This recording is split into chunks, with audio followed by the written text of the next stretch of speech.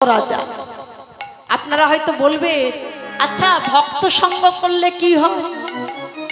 ভক্ত সঙ্গ করলে ভগবানের কৃপা পাওয়া যায়। হরি বল হরি বল।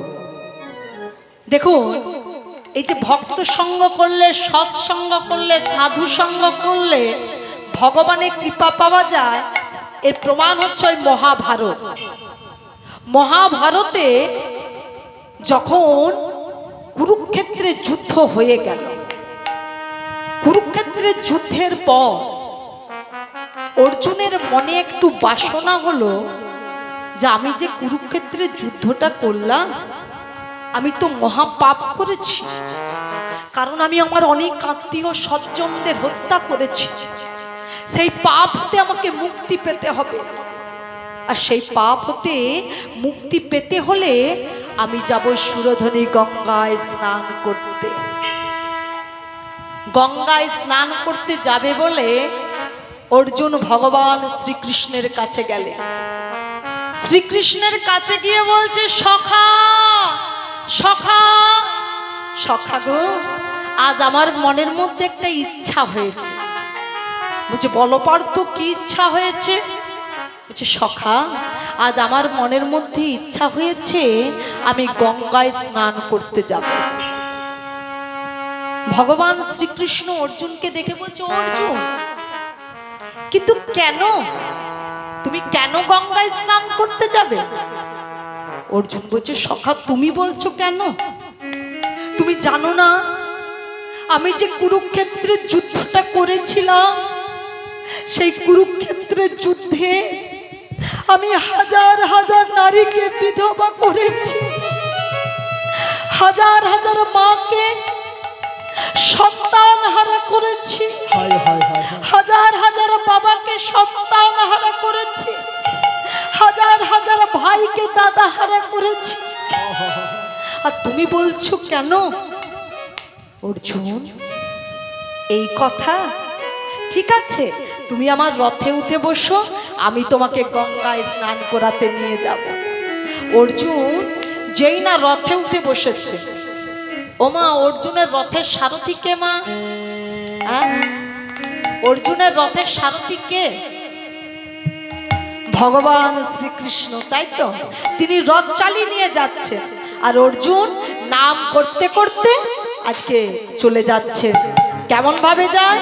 হরে কৃষ্ণ রাম হরে কৃষ্ণ রাম, হরে কৃষ্ণ রাম হরে কৃষ্ণ রাম, হরে কৃষ্ণ রাম হরে কৃষ্ণ রাম, হরে কৃষ্ণ রাম হরে কৃষ্ণ রাম, হরে কৃষ্ণ রাম হরে কৃষ্ণ রাম, হরে কৃষ্ণ রাম হরে কৃষ্ণ রাম, হরে কৃষ্ণ রাম হরে কৃষ্ণ রাম, হরে কৃষ্ণ রাম হরে কৃষ্ণ রাম, হরে কৃষ্ণ রাম হরে কৃষ্ণ রাম, হরে কৃষ্ণ রাম হরে কৃষ্ণ রাম। সখা, এখানে রথ থামিয়ে দাও, ওই দেখো সামনেই সুরধনী গঙ্গা, আমি গঙ্গায় স্নান করব আর তাড়াতাড়ি ফিরে আসব।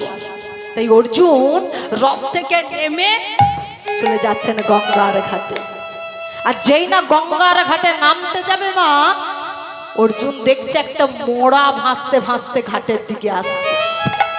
অর্জুন চিন্তা করছে, হাই রে, মোড়াটা তো ভাসতে ভাসতে ঘাটের দিকেই আসছে, আমি বরং এক কাজ করি, আমি এখান থেকে চলে যাই, অন্য ঘাটে গিয়ে স্নান করব। এমন সময় ভগবান শ্রীকৃষ্ণ তিনি দুটো শৃগালকে পাঠিয়ে দিলেন বাবা গঙ্গার ঘাটে, একটা বড় শৃগাল আর একটা ছোট শৃগাল। বড় শৃগাল আর ছোট শৃগাল দুজনে মিলে কথা বলছে মানুষের মতো। মা, ছোট শৃগালটা বলছে, দাদা দাদা, আমার বড় খিদে পেয়েছে। বড় শৃগালটা বলছে, ভাই রে, আমারও তো খিদে পেয়েছে, কিন্তু কি করি বলতো? যে দাদা দাদা, ওই দেখো গঙ্গার দিকে তাকিয়ে দেখো, একটা মোড়া ভাসতে ভাসতে ঘাটের দিকে আসছে।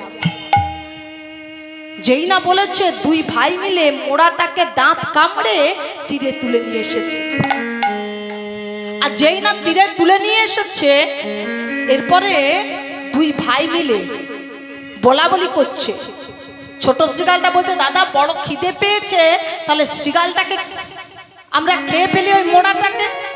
যেই না বলেছে মোড়াটাকে খেয়ে ফেলি, তখন বড় শ্রীকালটা বলছে ভাই রে একটু দাঁড়িয়ে যা। যেই না বলেছে দাঁড়িয়ে যা, অর্জুন কিন্তু দাঁড়িয়ে গেছে। অর্জুন ভাবছে আমাকে দেখতে হবে শ্রীকাল দুটো কি করে। অর্জুন দাঁড়িয়ে দাঁড়িয়ে দেখছে। বড় শ্রীকালটা বলছে ভাই রে ওই মোড়াটাকে খাবার আগে আমি আগে টেস্ট করে দেখে নি ওই মোড়াটাকে খাওয়া যাবে কি যাবে না। বড় শ্রীকালটা টেস্ট করছে। ওই মোড়াটার বাবা কানে মুখে আর বুকে গন্ধ নিয়ে বলছে ভাই রে ওই মোড়াটাকে খাওয়া যাবে না। বলছে কেন দাদা, কেন খাওয়া যাবে না? বলছে ভাই রে ওই মোড়াটার কানে গন্ধ নিয়ে দেখলাম ওই মোড়াটা জীবনে কোনোদিনও গুরু দীক্ষা নেয়নি। হরিবোল হরিবোল। বলছে দাদা তাহলে তুমি ওর মুখে কেন গন্ধ নিলে? বলছে ভাই রে ওই মোড়াটাকে দেখে আমার একটু মায়া হলো। ভাবলাম যে সংসারে চাপে পড়ে গুরু দীক্ষা নিতে পারে না, সেই জন্য মুখে গন্ধ নিলাম। আর মুখে গন্ধ নিয়ে দেখলাম ওই মোড়াটা জীবনে কোনোদিনও ওই মুখে হরিবোল বলেনি। বুঝে দাদা তাহলে তুমি মোড়াটার বুকে কেন গন্ধ নিলে? বুঝে ভাই রে ওই মোড়াটার বুকে গন্ধ নিয়ে কি দেখলাম জানিস? ওই মোড়াটা জীবনে কোনোদিনও কোনো ভক্তকে আলিঙ্গন করেনি। তাই বলছি ভাই রে ওই মোড়াটাকে খাওয়া যাবে না, চল চল এখান থেকে আমরা চলে যাই। যেই না দুই ভাই মিলে চলে যাচ্ছে, বড় শ্রীকালটা মোড়াটাকে লাথি মেরে দিয়ে যাচ্ছে। বলছে দাদা তুমি মোড়াটাকে লাথি মারলে কেন? বলছে ভাই রে ওটা হচ্ছে পাপী মোড়া। কি বললে দাদা? ও মরে গেছে বলে তুমি ওকে বললে পাপী মোড়া? দেখবে দাদা তোমাকে একটা জ্যান্ত পাপী দেখাবো, দেখবে ওই দেখো দূরে দাঁড়িয়ে রয়েছে না, ওটা হচ্ছে জ্যান্ত পাপী। বলছে ভাই চুপ কর চুপ কর চুপ কর, তুই ওকে চিনিস না বলে এত বড় কথা বলছিস, জানিস ওকে বটে? যে দাদা আমি শুধু ওকে চিনি তা নয়, ওর যে বংশে জন্ম হয়েছে সেই বংশের আমি সবাইকে চিনি। শুনবে দাদা ওর আদি পুরুষ হলো শ্রী বিষ্ণু। শ্রী বিষ্ণুর নাভি থেকে সৃষ্টি হলো ব্রহ্মা।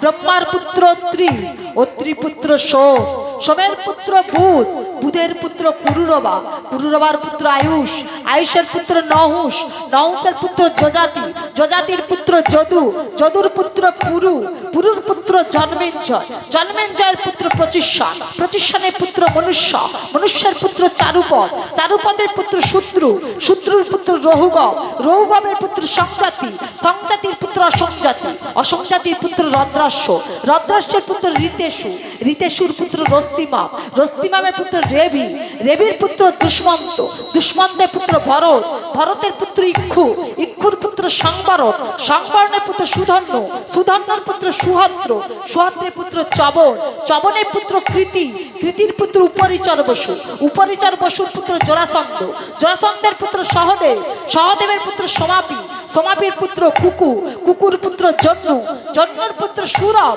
সুরথের পুত্র বিদুরথ, বিদুরথের পুত্র রাধি, রাধিকের পুত্র অজতায়ু, অজতায়ুর পুত্র অক্রধন, অক্রধনের পুত্র দেবতিথি, দেবতিথির পুত্র ঋক, ঋকের পুত্র দিলীপ, দিলীপের পুত্র প্রতীপ, প্রতীপের পুত্র শান্তনু, শান্তনুর পুত্র বিচিত্র বীর্য, বিচিত্র বীর্যের পুত্র পাণ্ডু, আর পাণ্ডুর পুত্র হলে ওই জ্যান্ত পাপী অর্জুন।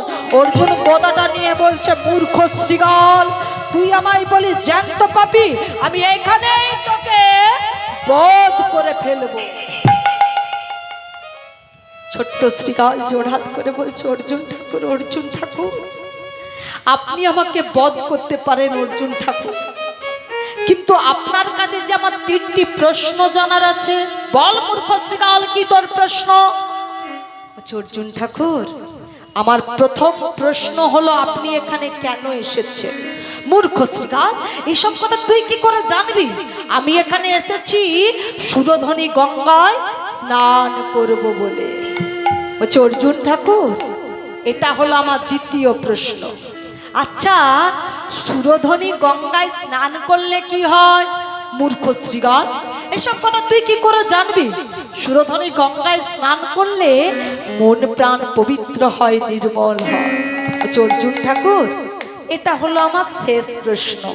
আচ্ছা, সুরধনী গঙ্গার সৃষ্টি কথা থেকে মূর্খ শ্রীকাল তুই আমাকে জিজ্ঞাসা করছিস? তুই এইসব কথা কি করে জানবি মূর্খ শ্রীকাল? সুরধনী গঙ্গা সৃষ্টি হলো অনাদির আদি গোবিন্দের চরণ থেকে। বলছে, অর্জুন ঠাকুর, আপনি আমাকে মিনিমাম 10 বার মূর্খ বললেন, তবে আমার তাতে কোনো রাগ হয়নি। আমার কি মনে হচ্ছে জানেন, আপনি আমার থেকে ডবল মূর্খ। আপনি বললেন যে সুরধনী গঙ্গা সৃষ্টি হয়েছে অনাদির আদি গোবিন্দের চরণ থেকে, আর সেই গোবিন্দের রথে চেপে আপনি এসেছেন গঙ্গায় স্নান করতে, মন প্রাণ পবিত্র করতে, নির্মল করতে। বা অর্জুন ঠাকুর, বাহ! তখন বাবা অর্জুনের চৈতন্য হলো। ছোট্ট শ্রীকালকে জড়িয়ে ধরে বলছেন, শ্রীকাল, তোর চরণে আমার কোটি কোটি প্রণাম, কারণ তুই আমার চৈতন্যটা ফিরিয়ে দিয়েছিস। তোর চরণে আমার কোটি কোটি প্রণাম। এরপর ছুটতে ছুটতে চলে যাচ্ছে প্রভুর কাছে। প্রভু, প্রভু, প্রভু, তুমি নির্মল করো মঙ্গল করে, মলিন তুমি নির্মল কর মঙ্গল করে, মলিন মর্ম মুছায়। তুমি নির্মল করো মঙ্গল করে, মলিন মর্ম মুছায়। তুমি নির্মল কর মঙ্গল করে, মলিন মর্ম মুছায়। তব পূর্ণ কিরণ দিয়ে জানবো মোহ কালিমা ঘুচায়ে, মলিন মর্ম মুছায়ে। তুমি নির্মল তাই বল, হরি বল, হরি বল। করে, মলিন মর্ম মুছায়। তুমি নির্মল কর মঙ্গল করে, মলিন মর্ম মুছায়। অর্জুন, একি তুমি স্নান না করেই যে চলে এলে? আমি বুঝতে পেরেছি প্রভু, ওই শ্রীগাল দুটোকে তুমি পাঠিয়েছো, তাই না? অর্জুন, তুমি কি শ্রীগালের কথায় কষ্ট পেয়েছো? বলছে, না প্রভু, না।